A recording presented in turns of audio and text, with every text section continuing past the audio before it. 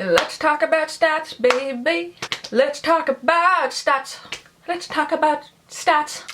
No. Hey folks, welcome back to my channel. If you're new here, welcome. My name is Natasha and I do book things here. So this is for those of you out there who like stats, who like numbers and statistics. It's gonna be a little bit info dumpy. I have a couple graphs and things to pop up, but yeah, I'm just gonna talk to you guys about my reading. I like looking back at these. I think they're really fun. Alright, I have my handy iPad here with some statistics, so hopefully you guys find this interesting. I always like watching these videos. I like it when people, you know, do the big bookshelves things like Kayla does. I think it's great. I also watch everyone's stats where they just throw numbers at me. I think it's fascinating. I think it's cool to see sort of what genres people read and, you know, how it breaks down over the year. Because I'll be honest, like even tracking my own reading, I don't mentally take note of all the stuff that I read throughout the year. But then when you actually sit down at the end of the year and you sort of find out stuff, it's fun. So in total, I read 101 books this year, definitely a little bit less than last year. I think last year I read 127, 125, so definitely less. And honestly, that plays in part with the fact that I was injured for a couple months. I went to Hawaii for 2 weeks. I took like 2 weeks off for stress leave this year. This year was, dare I say, a lot. You know, I went to BA and BookCon, didn't really read for like that week. So yeah, there's definitely, I want to say, probably close to 10 weeks that I didn't read, period, or I didn't make an effort to read. So that definitely makes up those sort of 25 books that I read the previous year. I'm not that upset by it. I did meet my Goodreads challenge goal, so. In total pages was about 35,500, something along those lines. Again, just it's going to be less than last year, which I'm not that upset about. So, next is the type of books, which I find interesting.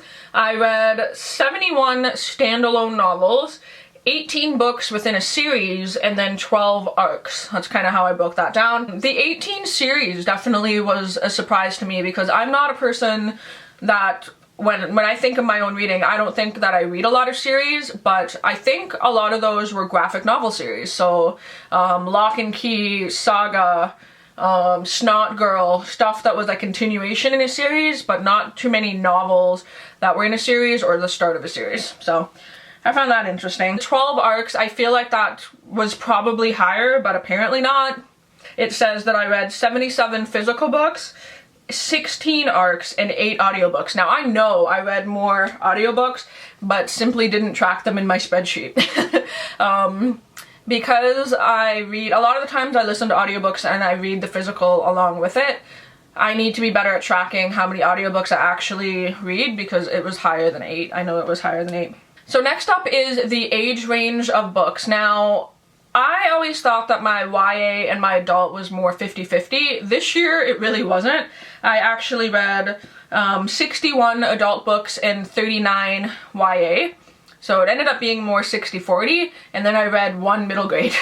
I'd like to read more middle grade maybe in the following years, we'll see. But I definitely thought that I was more of a 50-50, so that was interesting. But actually seeing all the things that I read this year, it starts to make a little bit more sense. Going back to page numbers, one thing I like to check is how many big books that I read. Now, big books typically are books over 500 pages. I actually count books over 450 pages because a lot of mine are like right at that cusp between 450 to 500, so I count 450 and up. So I read 11 books over 450 pages. My longest book was It by Stephen King. My edition has 1376 pages.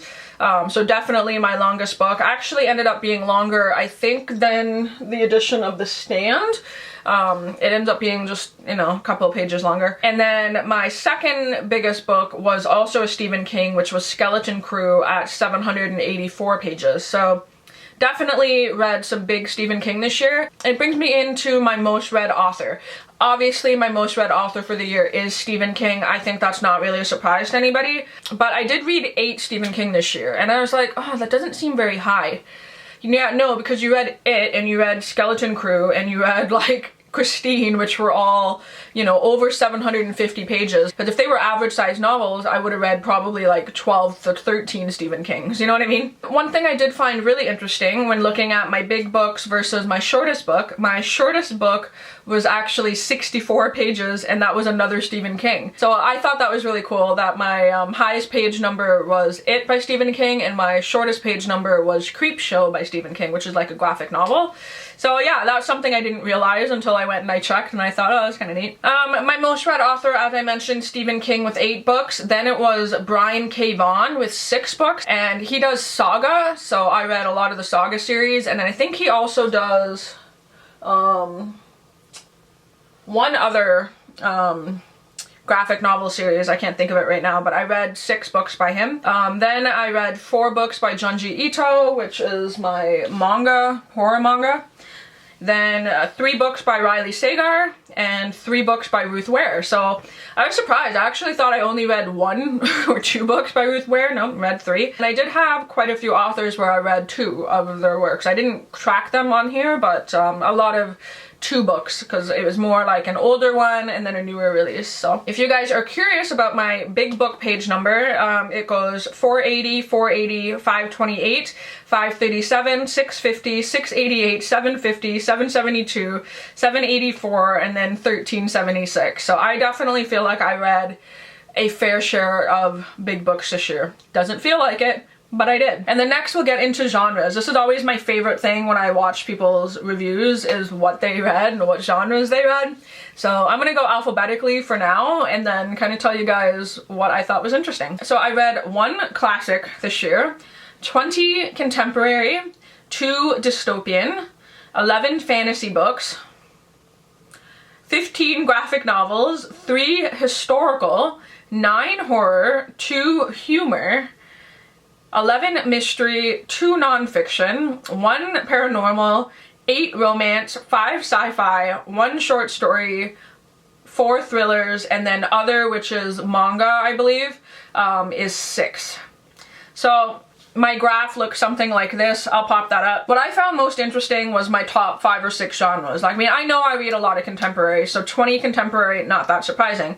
Graphic novels, though, doesn't seem like I read that many, again, but I read 15. It was my second most read, you know, genre. Within graphic novels, those genres varied, and it was actually a lot of horror, because, you know, I read a lot of Joe Hill and stuff like that. Saga is more of like a fantasy kind of sci-fi thing, so if you were to actually subcategorize the graphic novels, those numbers would look a lot different. And then 11 mystery, which is weird because I separate my mystery, thriller, and horror, and so the fact that I read so many mystery books was actually kind of surprising.